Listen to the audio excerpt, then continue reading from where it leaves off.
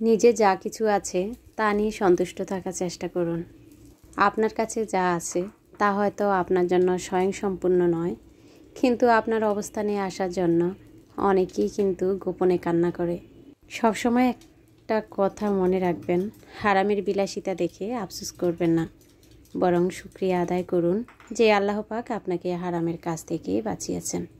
আপনার হাজব্যান্ড হয়তো আপনাকে বড়ি বড়ি স্বর্ণ কিনে দিতে পারছে না, আপনার হাজব্যান্ড হয়তো আপনাকে এসির নিচে রাখতে পারতেছে না, আপনার হাজব্যান্ড হয়তো আপনার সমস্ত উচ্চ আকাঙ্ক্ষাগুলো পূর্ণ করতে পারতেছে না, তবে সে আপনাকে ভালোবেসে আপনার মাথার উপর হাতটা বুলিয়ে দিতে পারছে।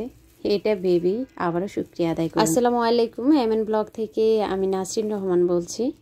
আশা করি আমার প্রিয় আপু এবং ভাইয়ারা সবাই অনেক অনেক ভালো আছেন। আলহামদুলিল্লাহ, আমি আমার পরিবার নিয়ে ভালো আছি। আমরা সব সময় বিলাসিতার মোহে গাটা ভাসিয়ে দিতে চাই, কখনো আসলে নিজের প্রকৃত সুখটা আমরা উপলব্ধি করি না। সব সময় যখন নিচের দিকে তাকাবেন, নিজে যে অবস্থায় আছেন সে তার থেকে কখনো উপরের দিকে তাকাবেন না, সব সময় নিচের দিকে তাকাবেন, তাহলে আসলে জীবনে সুখী হতে পারবেন। অনেক কথা বলে ফেললাম, এখানে কথা বলতে বলতে সকালে নাস্তা রেডি করে ফেলেছি। এখন বাজতেছে প্রায় 6টা। তো বাচ্চাকে নাস্তা খাইয়ে নিয়াজ নিসা আজকে চলে গিয়েছি স্কুলে, মাদ্রাসায়। আর আমি কিন্তু এরপরে অনেক কাজ করেছি। তো দুপুরে রান্না শেষ করে ফেলেছি। আজকে রান্নার রুমটা এই সাইডটা পুরাটা ক্লিন করব। কিছু টেকনিক অবলম্বন করলে আপনার রান্নাঘর কিন্তু সবসময় চকচকে ঝকঝকে থাকবে, কথা দিচ্ছি।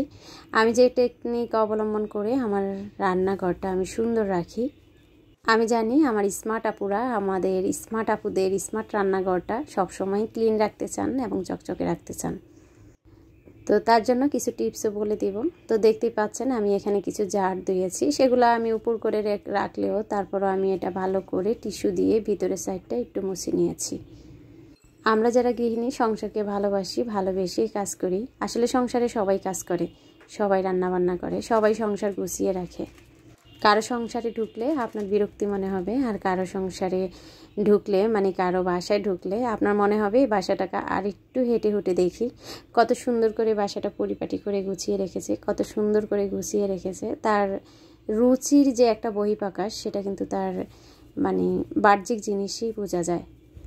তো অনেকে হয়তো বলবেন যে আপু টাকার উপরে আসলে সেটা নির্ভরশীল আর কি। তা আসলে টাকা তো অবশ্যই দরকার বাস্তব জীবনে, সংসার জীবনে চলতে গেলে। তবে আপনি কিন্তু সাধারণ জিনিসগুলো দিয়েও যদি সাদামাটা করে সুন্দর করে সাজিয়ে পরিপাটি এবং পরিষ্কার রাখেন, তাহলে কিন্তু সেখানে দামি জিনিস এবং বেদামি জিনিসের কোনো প্রশ্নই আসবে না।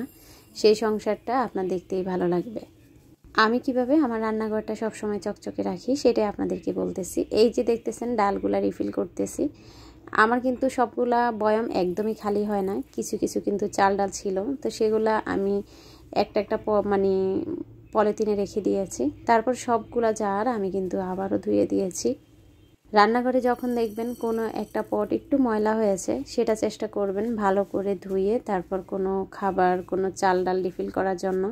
তাতে হবে কি, কখনো রান্নার রুমের যে জিনিসগুলা একদমই ময়লা হবে না, সবসময় চকচকে ঝকঝকে থাকবে। আমার এই বয়ামগুলো দেখে কি এখন মনে হচ্ছে যে এগুলো আমি বছর ধরে ব্যবহার করছি? কখনো না। কেননা এটা আমি রিফিল করার আগে এখন কিন্তু সুন্দর করে ধুয়ে নিয়েছি। আবার যখন একটু শেষ হয়ে আসবে, আমার হাতে চাপ পড়তে পড়তে একটু ঘোলা হয়ে যাবে, তখন কিন্তু আমি এটা আরও সুন্দর করে আবারও ধুয়ে নিব। তো যাই হোক, এই তো আমার এই ভালোবাসার জিনিসটা আমার যে কত পছন্দ সেটা আপনাদেরকে বোঝাতে পারবো না। এটা ভালো করে পরিষ্কার করে এখন আমি এই যে ডালের যে কাউন্টার আর কি, এটাকে আসলে আমি ডালের জন্য এনেছি আর কি, এই বয়ামগুলা। তো একটাতে আমার কর্নফ্লাওয়ার রেখেছি, এটা আসলে কর্নফ্লাওয়ারটা অন্য কিছুতে ঢুকালে বাতাস লাগবে, তাই এটা আর খালি করিনি। আর পাঁচটা আমি ভালো করে ধুয়ে কিছু কিশমিশ রেখে দিলাম। দুইটাতে মশারির ডাল রেখেছি, একটাতে রেখেছি অ্যাঙ্কার ডাল, আর একটাতে রেখেছি আমি চটপটির যে ডালটা আর কি সেটা। এই মুহূর্তে যারা ভিডিও দেখতেছেন আমাকে ছেড়ে যাননি, আমার সেই আপুদের কাছে অনুরোধ, অবশ্যই আমার ভিডিওতে একটা লাইক দিয়ে দিবেন। আর ভিডিওর কোনো অংশ এবং আমার কোনো একটা কথা যদি আপনাদের ভালো লেগে থাকে, অবশ্যই আমার চ্যানেলটি সাবস্ক্রাইব করবেন। তো রান্নার রুমে আমার এই ঝাড়টাতে আমি গাছটা রেখেছি আজকে অনেক দিন। তো আসলে যদিও গাছ আপনার পানিতে থাকুক আর মাটিতে থাকুক, সেটা যদি কয়েকদিন পর পর স্থান পরিবর্তন করেন, মানে ইনডোরে থাকলে আউটডোরে নেবেন, আউটডোরে থাকলে ইনডোরে আনবেন। হ্যাঁ, তখন কিন্তু গাছ ভালো থাকে। তো আজকে আমি নতুন গাছ দিয়ে রান্নার রুমটাও সাজাবো। আর নতুন গাছ বলতে আমার যে বাস্কেটগুলো আছে সেগুলা দিয়ে পুরা ঘরের কিছু কিছু অংশ সাজাবো। তো পুরো ভিডিওটা জুড়ে থাকবেন, এবং যারা এই 6 মিনিটও আমাকে ছেড়ে যাননি তারা একটা কমেন্টস করে দিবেন যে আপু তোমার সঙ্গেই আছি। আমি জানি আমার কিছু কিছু আপু আমাকে এত এত এত ভালোবাসে, আসলে ইউটিউবে না আসলে আমি কখনো সেটা উপলব্ধি করতে পারতাম না যে মানুষকে না দেখে মানুষ এত ভালোবাসা পেতে পারে বা ভালোবাসে। তো এই তো আমার শখের যে রাইস কুকারটা, সেটা আমি সব সময় এরকম উপরে দিয়ে একটু মুছে রাখি, তাহলে একটু চকচক করে আর কি, দেখতেও ভালো লাগে। তো কাউন্টারটা আমি কিভাবে গুছিয়েছি সেটা তো আপনাদের সঙ্গে প্রায় আমার শেয়ার করা হয়। তবে এই যে মুছতেছি আমি, যে হাঁড়ি পাতিল ধুই আর কি, আমার সেই স্কাবারটা আর কি, সেটাই আমি একটু সাবান পানিতে ভিজিয়ে নিয়েছি। আর সেটা দিয়েই কিন্তু আমি বয়মের উপরে আর কি, যেটা একটু আটা আটা বা চিটচিটে ভাব বলে, সেটাতে একটু মুছে নিই, তাহলে কিন্তু আরও চকচকে হয়ে যায়। কেননা প্রতিদিন তো আসলে ওইভাবে ক্লিন করা সম্ভব না। তো এইভাবে পুরা পানিতে না ধুইয়ে আপনি কিন্তু আপনার রান্নার রুমটা সবসময় চকচকে রাখতে পারেন। আর আমিও সবসময় আপনাদেরকে বলি, এই চিপা চাপা থেকে আমার রান্নার রুমে ছোটো ছোটো তেলাপোকা বের হয়। আসলে যতই আমি ওষুধ ইউজ করি, ওরা আমার রান্নাঘরে ছাড়তেই চায় না, মানে 2-1টা থাকবেই। তো তারপর আলহামদুলিল্লাহ অনেকটাই কমেছে। তারপরও দেখবেন ভিডিওর আশেপাশে তারা কিন্তু দৌড়ে চলে যায়, সেটাকে আমি আসলে মেরে ফেলে রাখি না। তো যাই হোক, আমার রান্নার রুমকে আসলে ওরা ভালোবাসে, যেতে চায় না। আর এই যে আমার ছোট্ট এই র্যাকটা দেখতে পাচ্ছেন, এখানে কিন্তু আমি ছোট্ট কিউট কিউট পটগুলো দিয়ে সাজিয়ে রাখি। তো সেই কিউট বয়ামগুলো আজকে আমি কিন্তু পুরা ধুয়ে দিয়েছি। এখন বর্তমানে এগুলো খালি আছে, আমি এগুলাতে মশলা রাখি। তো আপাতত আসলে ভিডিওটা বেশি লম্বা হয়ে যায়, তাই এগুলো আপাতত এইভাবেই রেখে দিচ্ছি, এগুলো এখন রিফিল করতেছি না। আমার গত ভিডিওতে আমার আপুরা আমাকে এত এত ভালোবাসা দিয়েছেন, ভিডিওটা মাশাআল্লাহ আমার চাহিদা অনুযায়ী আর কি, মানে ভিউজটা ভালো হয়েছে। আসলে ভিডিও দিলে যখন ভিউজ হয় তখন ভিডিও দেওয়ার ইচ্ছা জাগে। তো আসলে সবই আল্লাহ পাকের ইচ্ছা। আমি সবসময় চেষ্টা করি আমার ভিডিওটা যেন সুন্দর হয়, আমার আপুদের যেন ভালো লাগে। তো তারপরও ভাগ্যে না থাকলে আপনার কখনো কিছু সম্ভব না। আল্লাহ পাক যখন চাইবে আপনাকে ভালো কিছু দিবে, যখন চাইবে আপনাকে উপরে উঠাবে, আর যখন চাইবে উপর থেকেও নিচে ফেলতে বেশি সময় লাগবে না। তা আমি সব সময় বলি, আমি কিছু কিছু টেকনিক অবলম্বন করে কাজ করি, তাতে আমার সংসারটা আমি একা হাতে যেহেতু কাজ করি, বিশ্বাস করেন আমার এইসব কাজে কেউই হাত দেয় না। আমার মেয়েটার বয়স কত, যারা সব সময় ভিডিও দেখেন তারা তো জানেন। আর তাছাড়া ও পড়ালেখা নিয়ে ব্যস্ত থাকে, ওর এত সময় কোথায় যে আমার কাজ করে দিবে, আমার সংসারটা সুন্দর করে দিবে। তাই সব কাজগুলা আমাকেই করতে হয়। এই যে গাছের পাতা দেখতে পাচ্ছেন, এটাও কিন্তু আমি একটা একটা করে ন্যাকড়া দিয়ে মুছি, পানি দিয়ে ধুয়ে দিই, তাহলে বুঝেন সারাদিন কত কাজ করি। তো এই গাছটা আমি এতদিন বারান্দায় রেখেছি, এখন এটাকে আমি ইনডোরে মানে ঘরের ভিতরে রাখবো। আর এই গাছটাতে সকালে পানি দেই না, তাই গাছ বাবাজি একটু ঝুলে গিয়েছে। তো এখন পানি দিয়েছি আলহামদুলিল্লাহ, এটা কিন্তু ইনশাল্লাহ 2-1 ঘন্টার মাঝেই পাতাগুলো উপরের দিকে উঠে যাবে। আর এই যে বাস্কেটগুলো দেখতে পাচ্ছেন, এই বাস্কেটগুলো আমার আপুর একজনের অনুরোধ ছিল আমি কোথা থেকে কিনেছি সেটা সম্পর্কে বলে দেওয়ার জন্য।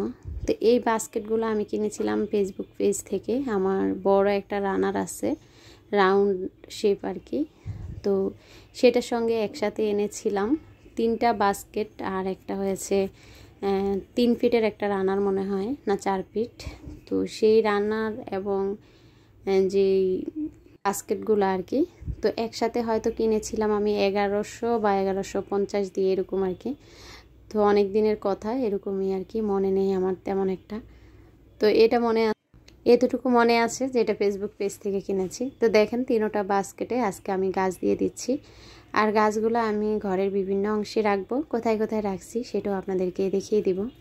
আর গাছের গোড়ায় পানি দিয়ে ঘরের ভিতরে যে গাছগুলো আছে সবসময় চেষ্টা করবেন, যেহেতু এখন খুব গরম, এইভাবে স্প্রে করে দেওয়ার জন্য। স্প্রে করলে পাতায় যে রসটা সেটাও টেনে নিয়ে যায়, পাতাগুলো দেখতেও খুব সতেজ দেখায়, সুন্দর দেখায়। তো এই তো এখানে আমি 3টা টবই গাছ নিয়ে নিচ্ছি। তো 3টা টব এক জায়গায় রাখতে পারলে খুবই সুন্দর লাগে ইনশাল্লাহ। আমার আশা আছে এমন একটা আমি জিনিস বানাবো যেখানে 3টা টব আমি পাশাপাশি রাখতে পারবো আর কি।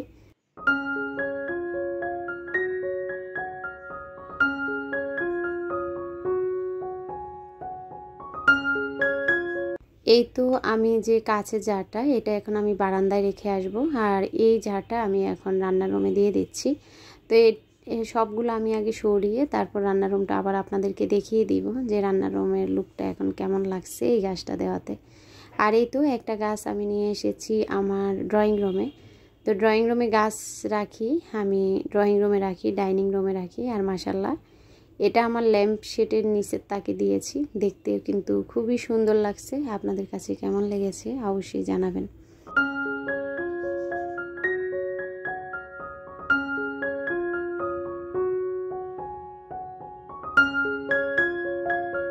একটা গাছ আমি ড্রয়িং রুমে রেখে এসেছি, আর এখন এই যে কাছের যে জারটাতে যে গাছটা আর কি সেটা আমি বারান্দায় রাখবো। বারান্দার আলো বাতাসে এটা আরও ফুটফুটে সুন্দর হবে।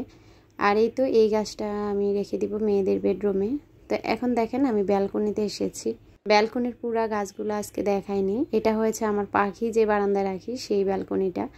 তো এই ব্যালকনির একটা অংশে আমি এটা রেখেছি, আর নিচের গাছগুলায় প্রচুর ধুলা জমেছে, সেগুলো আজকে ধুয়ে দিব আর কি। আর এই তো এটা এখানে রেখে দিয়েছি বারান্দার আলো বাতাস পাওয়ার জন্য। বাকি একটা বাস্কেট রেখেছি আমি মেয়েদের বেডরুমে। তো মেয়েদের বেডরুমে এবার এতদিন অন্য একটা গাছ ছিল। আর এই তো জানালাটা আমি এইভাবে জানালার পাশে গাছটা রেখে খুলে দেই। তো খোলার পর বারান্দার দৃশ্যটা দেখতেই পেয়েছেন। তো ভাবছি বারান্দায় যেহেতু এসেছি, গত ভিডিওতে বারান্দাটা শেয়ার করেছিলাম, তো তখন কিন্তু আসলে কয়টা বাজছিল আমার মনে নেই। তবে আজকে যখন আমি বারান্দায় এসেছি তখন প্রচুর পুত্তলিকা ফুটেছে। আর কষ্টের কথা হচ্ছে পুত্তলিকা সবগুলা কিন্তু বারান্দার বাহিরে ফোটে। এই যে আমি মোবাইল কিন্তু বারান্দার বাহিরে নিয়ে আপনাদের জন্য ভিডিওটা করেছি খুব ভয়ে ভয়ে। তো দেখেন আমি পানি দিই, আমি গাছের পরিচর্যা করি, কিন্তু আমার ফুলের সৌন্দর্য দেখে অন্য বিল্ডিংয়ের মানুষগুলো আগে কষ্ট পেতাম। তবে পাশের বিল্ডিংয়ে যে একবার তাকিয়ে দেখেছিলাম আমার বারান্দাটা এত সুন্দর লাগছিল, তখন কিন্তু আমার সম্পূর্ণ কষ্টটা দূর হয়ে গিয়েছে। যাই হোক, গাছগুলা রেখে আমি চলে আসলাম আমার রান্নার রুমে। রান্নার রুমের সৌন্দর্যটা আপনাদের দেখানোর জন্য। মাশাল্লাহ এখন দেখেন প্রতিটা বয়ম একদম চকচক করছে, আর রান্নার রুমটা দেখতেও নতুন যে বাস্কেটটা দিয়েছি খুব ভালো লাগছে।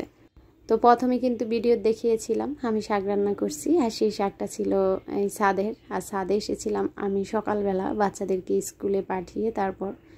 তা আমার ছাদের কিছু অংশ আমার আপুদের জন্য আমি ভিডিও করে রেখেছি। মাশাল্লাহ ছাদের গাছগুলা এখনও খুব সুন্দর হয়েছে। নতুন করে বরবটি গাছ লাগিয়েছি, যখন বরবটি ধরবে আর কি, তো ইনশাল্লাহ আপনাদের সঙ্গে তো অবশ্যই শেয়ার করব। দোয়া করবেন আপনারা যেন বরবটি সুন্দর হয়। দুন্দুল, তারপর পুঁই শাক, আর খেয়েছি প্রচুর বেগুন। তো এখনও দেখলাম যে দুন্দুল গাছ মরার পরও ছোট ছোট কিছু দুন্দুল বের হয়েছে। আর কচুর শাক এখন কিন্তু সপ্তাহে 2 বারই খাওয়া যায়। আর এই তো ছোট ছোট দুন্দুলগুলো আপনাদেরকে একটু দেখিয়ে দিচ্ছি। এই যে ছোট ছোট দুন্দুল বের হয়েছে। তো যেহেতু আমি বাচ্চাদেরকে মাদ্রাসা স্কুলে পাঠিয়ে ছাদে এসেছি, শেয়ার করেছি আর কি পরে, তো সেখান থেকে কিন্তু আমি কিছু শাক নিয়েছি। তো শাকগুলো আপনাদেরকে দেখিয়ে দিচ্ছি। আর মাশাল্লাহ এখনও কিন্তু তখন সূর্য ওঠেনি, সূর্য মামা উকি দিচ্ছে।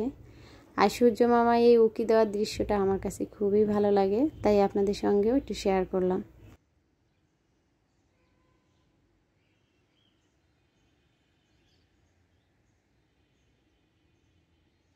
পুরো ছাদটা আপনাদেরকে ঘুরিয়ে দেখিয়ে এই যে আমি যে শাক কেটেছি এবং বেগুন নিয়েছি, তো সেগুলো একটু দেখিয়ে আপনাদের কাছ থেকে বিদায় নিচ্ছি। সবাই ভালো থাকবেন। আল্লাহ হাফিজ। আসসালামু আলাইকুম।